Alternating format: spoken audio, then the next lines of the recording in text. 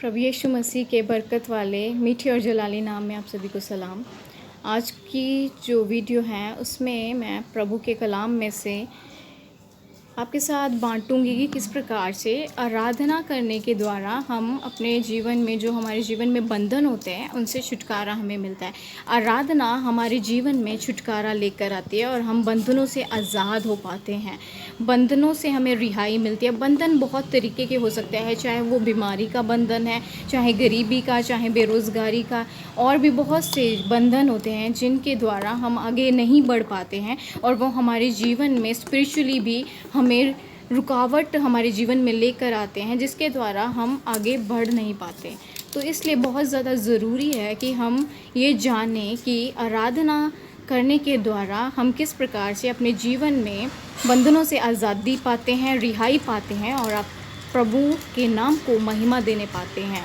जब हम आराधना करते हैं तो परमेश्वर की हजूरी, परमेश्वर की उपस्थिति हमारे बीच में आकर ठहर जाती है। जिस प्रकार से इज़राइलियों के साथ साथ परमेश्वर की हजूरी रहा करती थी और वो उपस्थिति का जो बादल था वो उनके ऊपर जहाँ कहीं भी वो डेरा लगाते थे वहाँ पर आकर ठहर जाया करता था, उसी प्रकार से जब हम परमेश्वर की आराधना करना शुरू करते हैं तो परमेश्वर की हजूरी उस जगह के ऊपर आकर ठहर जाती है।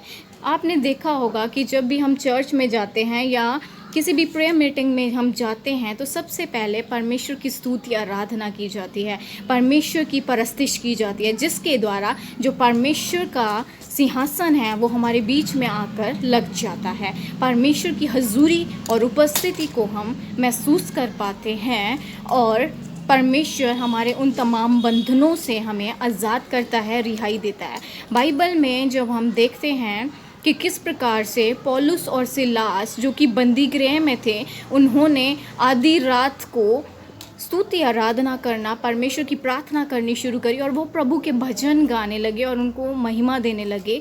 तो क्या हुआ कि एक भूकंप जैसा वहाँ पर आ गया और जो बंदी गृह था उसके सारे जो द्वार थे वो खुल गए और जो वहाँ पर उनके ऊपर एक जेलर था जिसको ठहराया गया था उन सबको देखने के लिए, तो वो जो जेलर था वो उसने सोचा, जब उसने सब डोर्स को ओपन देखा तो उसने क्या सोचा कि सारे जो कैदी हैं वो भाग गए हैं, मगर और वो अपनी तलवार को निकालकर अपने आप को मारने लगा था। मगर पौलुस ने कहा कि अपने आप को किसी भी रीति से हानि मत पहुंचाना, क्योंकि हम सब यहीं पर हैं।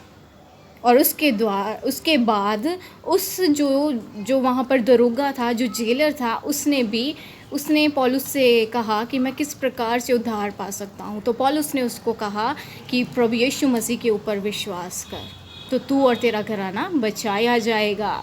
तो आराधना करना बहुत ज़्यादा ज़रूरी है। आराधना ही हमारे जीवन में छुटकारे को लेकर आती है और बंधनों से हम आज़ादी पाते हैं। जब हम आराधना करते हैं तो बहुत से लोगों के बंधन टूट जाते हैं, वो स्ट्रॉन्ग होल्ड्स, वो बॉन्डेजेस, उनसे हमें आज़ादी और रिहाई मिलती है। जिन भी बंधनों में हम क्यों ना हो, परमेश्वर की आराधना करने के द्वारा वो तमाम बंधन हमारे जीवनों में से टूट जाते हैं और हम प्रभु में आगे बढ़ना शुरू करते हैं। हालेलुया रबा। जब हम बाइबल में दूसरी जगह देखते हैं, यहोशापात जो राजा था, दूसरा इतिहास की पुस्तक उसके 20th चैप्टर में, वहाँ पर 13 से लेकर 25 वर्ष तक उसके बारे में बताया है कि किस प्रकार से एक जो देश था उसके लोगों ने नहीं बल्कि 2-3 देशों के जो लोग थे वो यहोशापात के खिलाफ युद्ध करने के लिए उन्होंने पांति बांधी और वे सब उसके खिलाफ आ गए कि वे उसके साथ युद्ध करें। और जो यहोशापात था वो एक टाइम पे घबरा गया था, मगर परमेश्वर का एक जन था जिसके ऊपर परमेश्वर का आत्मा उतरा और उसके द्वारा परमेश्वर ने कहा कि डर मत, तेरा मन कच्चा ना हो, क्योंकि युद्ध तेरा नहीं बल्कि मेरा है। आइए हम उस वचन को पढ़ेंगे। यहोशापात, ये हम देखते हैं यहाँ पर कि जो ये दूसरा इतिहास की पुस्तक है उसके 20वें चैप्टर में और उसका 15 जो वचन है उसमें हम देखते हैं कि तब वह कहने लगा, हे सब यहूदियों, हे यरूशलेम के रहने वालों, हे राजा यहोशापात, तुम सब ध्यान दो, यहोवा तुमसे यूँ कहता है। ये कौन कह रहा है? वो परमेश्वर का जन जिसके ऊपर परमेश्वर का आत्मा उतरा था वो कह रहा है। उसका नाम था यहजीएल। उसके द्वारा परमेश्वर अपने लोगों के साथ और उस राजा के साथ बात कर रहे हैं जो राजा खुदा का भय माना करता था, और वो दाऊद जिस प्रकार से जो मूल पुरुष था उसके अनुसार ही उसको फॉलो कर रहा था और उसी के तरह वो परमेश्वर के भय को माना करता था। तो वो कहता है कि तुम इस बड़ी भीड़ को देखकर मत डरो और तुम्हारा मन कच्चा ना हो, क्योंकि युद्ध तुम्हारा नहीं बल्कि परमेश्वर का है। और उसने क्या करा उसके बाद? जो यहोशापात राजा था, इन वचनों को सुनने के बाद उसने जब युद्ध के लिए तैयारी करी तो जो सैनिक थे उसके आगे उसने उन स्तुति आराधना करने वाले आराधकों को ठहरा दिया जो कि सबसे आगे चले।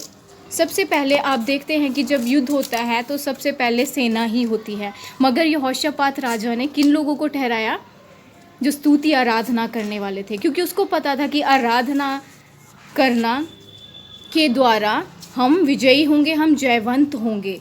और उसने उनको ठहराया और वो स्तुति करते हुए आगे आगे चले। और वो क्या कह रहे थे कि प्रभु का धन्यवाद हो क्योंकि वो उसकी करुणा सदा की है।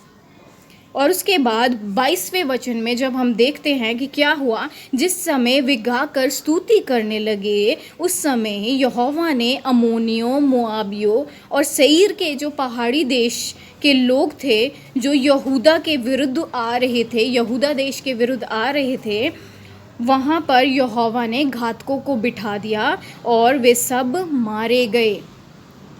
परमेश्वर यहोवा ने वहाँ पर घातकों को बिठा दिया और वे सब के सब मारे गए।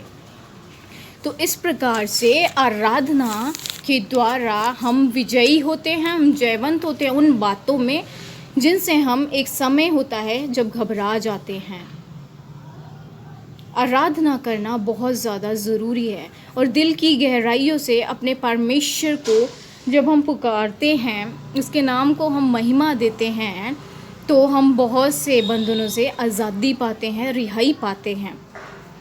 तीसरा जो जगह है जहाँ पर बाइबल में बताया है, जो यहोशू था, यहोशू अपने लोगों के साथ जो यरीहो शहर था, यरीहो का जो राजा था, वो उन सभी के द्वारा भयभीत था, क्योंकि उसने देखा था जो लोग थे वो बातें किया करते थे कि किस प्रकार से इनका जो परमेश्वर यहोवा है, इज़राइलियों का परमेश्वर, उसने इन्हें मिस्र देश से निकाला है और लाल सागर के 2 भाग कर दिए थे यहोवा ने, और बीच में से एक सूखे रास्ते को इनके लिए दे दिया था, और वे लोग बहुत घबराए हुए थे। तो जब जो यहोशू था उसने जब अपने लोगों के साथ, इज़राइलियों के साथ मिलकर वहाँ पर कंट्रोल करना था, वहाँ पर अधिकार लेना था और कब्ज़ा करना था यरीहो में, तो जो यरीहो की जो शहरपनाह थी उसको भी परमेश्वर ने सिर्फ आराधना करने के द्वारा ही उसकी नींव को गिराया था। परमेश्वर ने यहोशू को कहा कि तुम 6 दिन लगातार एक एक चक्कर जो वो शहरपनाह है उसका एक एक चक्कर लगाना, और जो 7वां दिन होगा उस दिन तुमने उस शहरपनाह के 7 चक्कर लगाने हैं, और उसके बाद जय जयकार करना है। और वो क्या करते थे, जो क्या बोलते हथियारबंद लोग थे वो सबसे आगे चला करते थे यहोवा के संदूक के, और उसके बाद जो आराधना करने वाले थे जो तुरहियाँ फूका करते थे वो चला करते थे, और वो जब तुरही का शब्द होता था, मेंढों के जो सींग होते थे उनकी उन्होंने तुरहियाँ बनाई हुई थी और वो तुरही फूका करते थे, और वो पूरा चक्कर यरीहो की जो शहरपनाह थी उसका लगाया करते थे। और 7वें दिन 7 चक्कर लगाने के बाद जो यरीहो की दीवार थी, जो शहरपनाह थी, वो गिर गई। और फिर जब वो गिर गई तो यहोशू ने कहा कि जय जयकार करो, क्योंकि परमेश्वर ने यरीहो को हमारे हाथ में कर दिया है, हमारे हाथ में दे दिया है। तो सचमुच परमेश्वर जब हम उसकी आराधना करते हैं तो तमाम उन बंधनों से हमें आज़ादी दिलाता है। आज हमें विश्वास करना है कि आराधना हमारे जीवन में छुटकारे को लेकर आती है। आराधना करने के द्वारा परमेश्वर की हजूरी हमारे ऊपर आकर ठहर जाती है। वो हजूरी का बादल हमारे ऊपर आकर ठहर जाता है, जिसके द्वारा हम जयवंत होते हैं। पौलुस और सिलास ने आराधना की, उनके बंधन टूट गए, उनकी बेड़ियां टूट गई। और किस प्रकार से यहोशापात ने और उसके लोगों ने वहाँ पर स्तुति आराधना की, जो कि युद्ध करने के लिए एक नहीं बल्कि 2-3 देश उसके खिलाफ आ रहे थे। और जब उन्होंने स्तुति आराधना करना शुरू किया तो वे आपस में ही लड़ना शुरू हो गए और एक दूसरे को उन्होंने मारना शुरू कर दिया। उनके दिमाग ऐसे परमेश्वर ने बदल दिए थे और वे आपस में एक दूसरे को मार कर खुद ही नाश हो गए थे। और जब उन्होंने वहाँ पर जाकर देखा तो क्या देखा कि लाशों के ढेर लगे हैं। जब वे उनकी छावनी में गए और उन्होंने इतनी वहाँ पर उनको लूट मिली कि वो 3 दिन तक उस लूट को इकट्ठा करते रहे। सोना चांदी गहने, ऐसी लूट उनको मिली। 3 दिन तक उसको इकट्ठा करते रहे, तब भी वो ख़त्म नहीं हुई थी। ऐसी लूट उन्होंने वहाँ पर पाई। तो सचमुच हमारा जिंदा परमेश्वर, जब हम उसकी आराधना करते हैं, उसकी महिमा करते हैं, तो वो हमारे जीवन में हमारे बंधनों से हमें रिहाई देता है और हम आज़ाद होते हैं, हमें छुटकारा मिलता है। अंधकार की ताकतें जो होती हैं, वो जब हम उसकी आराधना करते हैं अपने सच्चे परमेश्वर की, तो कोई भी अंधकार की ताकत उस जगह पर ठहर नहीं पाती। आराधना करने के ज़रिए ना सिर्फ हमारे बंधन टूटते हैं, बल्कि उन तमाम लोगों के बंधन टूटते हैं जो हमारी आराधना को सुनते हैं, जहाँ जहाँ तक हमारी आवाज़ पहुँचती है। ऐसी सामर्थ प्रभु की आराधना में है। जब हम आराधना करते हैं तो प्रभु प्रसन्न होते हैं, क्योंकि प्रभु सच्चे आराधकों को ढूंढते हैं।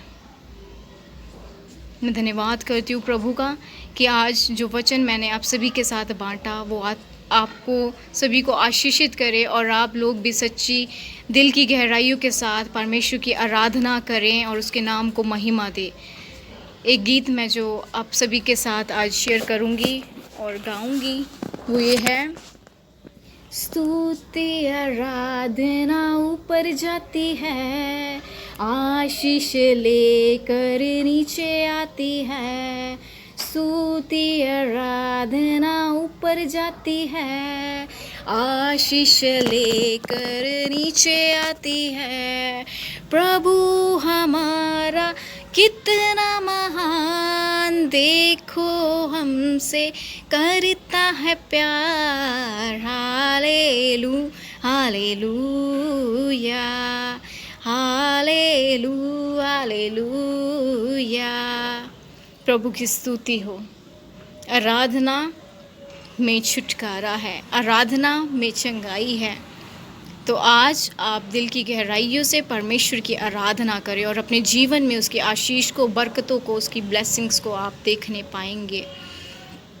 आराधना जब हम करते हैं, जिस प्रकार से दाऊद जो था वो परमेश्वर की आराधना जब किया करता था तो वो इतना ज़्यादा खो जाता था कि वो अपने आप में नहीं रहता था, वो अपने कंट्रोल में नहीं रहता था। वो ऐसा आत्मा में भर जाता था परमेश्वर की, और प्रभु का आत्मा उसके ऊपर ऐसा आता था कि उसको अपनी होश नहीं रहती थी। वो अपने होश खो बैठता था और उसको ये भी ध्यान में नहीं रहता था कि उसने कपड़े पाए हैं कि नहीं पाए हैं। वो इतना ज़्यादा खो जाता था, इतना ज़्यादा परमेश्वर के हुजूर में भर जाता था। रबा शहराना बहा।